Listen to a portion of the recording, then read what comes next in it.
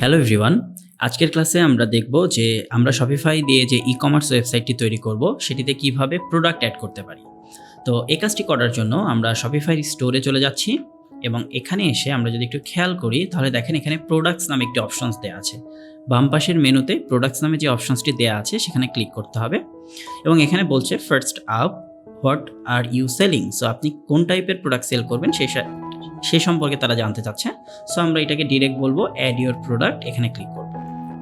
এখানে ক্লিক করলে বেশ কিছু অপশনস আসবে।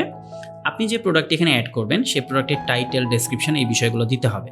তো আমরা যদি একটু এক্সাম্পল দেখতে চাই, সো আমরা যদি daraz.com এই ওয়েবসাইটেতে চলে যাই, দেখুন আমরা যদি এখানে এসে কোনো একটি প্রোডাক্ট সিলেক্ট করি, লেটস সে এই প্রোডাক্টটি দেখতে চাচ্ছি, তাহলে দেখুন একটি প্রোডাক্ট যখন আপলোড করতে হয় প্রোডাক্টের ইমেজ দিতে হয় এবং ডান সাইডে আসার পরে আমরা দেখতে পাচ্ছি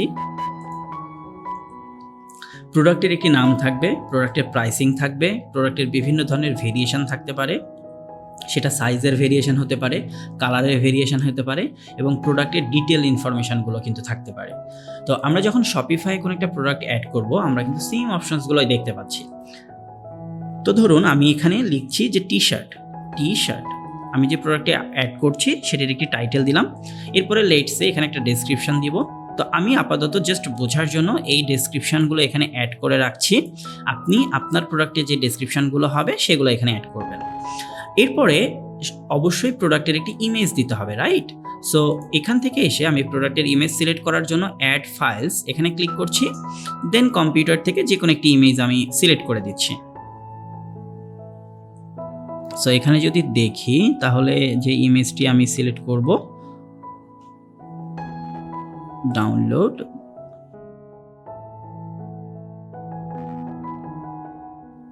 ওকে একটা সেকেন্ড, আমি এখান থেকে যে প্রোডাক্টের ইমেজগুলো সেট করব সেটা একটু সিলেক্ট করে নিই।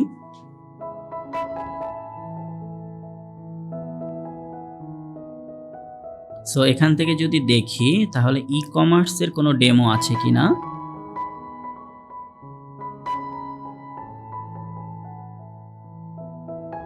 ওকে, সো এখানে আমরা দেখতে পাচ্ছি যে এইটার ভেতরে গেলে আমরা বিভিন্ন ডেমো দেখতে পাবো।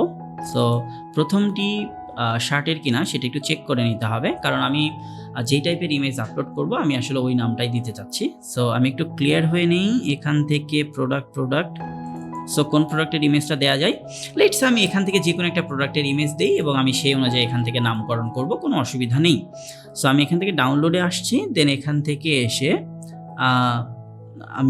এসে ডেমো ফ্ল্যাট সাম ইমেজেস, ধরুন এখান থেকে আমি যে কোনো একটি ইমেজ আমি সিলেক্ট করে দিচ্ছি।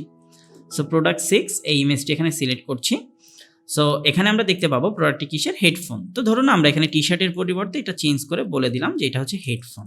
ওকে, আপনি অবশ্যই যখন আপনার প্রোডাক্টগুলো, আপনার বিজনেসের প্রোডাক্টগুলো আপলোড করবেন তখন খুব সুন্দর, মানে ইমেজগুলো যাতে ব্লারি না হয়ে যায়, কোনো ইমেজের উইথ হাইট যাতে ডিফারেন্ট না হয়, এই বিষয়গুলো একটু খেয়াল রাখতে হবে। এরপর আমরা এখান থেকে এসে প্রাইসিং আসবো এবং এই প্রোডাক্টের প্রাইসিং কত সেটা আমরা এখানে সেট করে দিতে পারি এবং আমরা চাইলে এখানে একটা লিমিটেড সময়ের জন্য যে কত অ্যামাউন্টে আপনি সেল করবেন সেটাও কিন্তু আপনি দিতে পারেন। তো আমি বোঝানোর জন্য ধরেন এটার প্রাইস রাখছি 500 টাকা। এরপরে কস্ট পার আইটেম, এটা আপনি জাস্ট আপনার বোঝার জন্য এখানে দিতে পারেন যে আপনি এই আইটেমটা আসলে কত টাকা দিয়ে পারচেস করেছেন। এটা স্টোরে দেখাবে না, আপনার সুবিধার জন্য আপনি এখানে ব্যবহার করতে পারেন, যাতে করে আপনি বুঝতে পারেন যে আপনি এই প্রোডাক্টটা কত প্রাইস দিয়ে পারচেস করেছিলেন এবং আপনার স্টোরে আপনি এটা কত দিয়ে সেল করছেন। এরপরে ইনভেন্টরি ম্যানেজমেন্ট সিস্টেম এখানে দেয়া আছে। সো এটা যেভাবে আছে অ্যাজ ইট ইজ আমরা রাখবো। এরপরে ধরুন আপনি এমন কোনো প্রোডাক্ট সেল করছেন যে প্রোডাক্টের জন্য আপনার যে ইউনিটগুলো আছে, গ্রাম, কেজি, এই ইউনিটগুলো দেওয়ার প্রয়োজন, তাহলে আপনি সেই ইউনিটগুলো কিন্তু এখান থেকে সেট করে দিতে পারবেন।